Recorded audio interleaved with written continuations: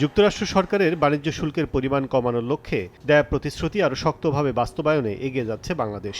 বিভিন্ন পণ্য আমদানি বাড়ানোর পাশাপাশি এবার মার্কিন উড়োজাহাজ নির্মাতা প্রতিষ্ঠান বোয়িং থেকে প্রাথমিকভাবে 14টি এয়ারক্রাফট কেনার প্রস্তুতি নিয়েছে বিমান বাংলাদেশ এয়ারলাইন্স।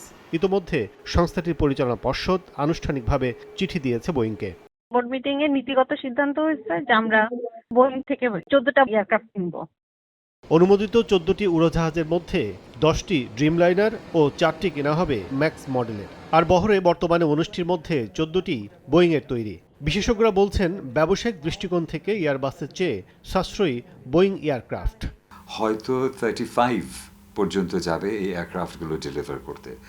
বিমানের যে এখন আমি সবসময় বলি ইয়াংগেস্ট ফ্লিট, এটা কিন্তু আর খুব একটা ইয়াং থাকবে না তখন। এবং 15 বছর এয়ারক্রাফটের এজ হলে মেইনটেন্যান্সের খরচ অনেক বেড়ে যায় এবং ফিউয়েল কস্টও বাড়ে, কারণ depending on the age of the engine. আমরা যদি একটা 7.5 থেকে 15 বছরের হিসেব করি, তাহলে দেখা যায় যে মেইনটেন্যান্স কস্ট আর ইনিশিয়াল যে প্রাইসে ধরে কেনা হলো, এই দুটো মিলিয়ে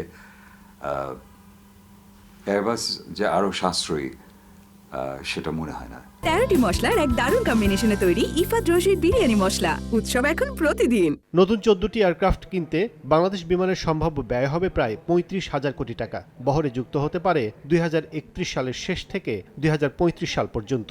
তবে লাভের অঙ্ক কার্গো বিমানে বেশি হলেও নতুন বহরে কেন উদ্যোগ নেই সে প্রশ্ন তুলেছেন সংশ্লিষ্টরা। কার্গোতে হলো প্রফিট বেশি, আর বিমান সমস্ত কার্গো হ্যান্ডলিং করে। তারা জানে, বিমান কার্গোর লোকেরা, যে কার্গো কোত্থেকে আসছে, কোথায় যাচ্ছে।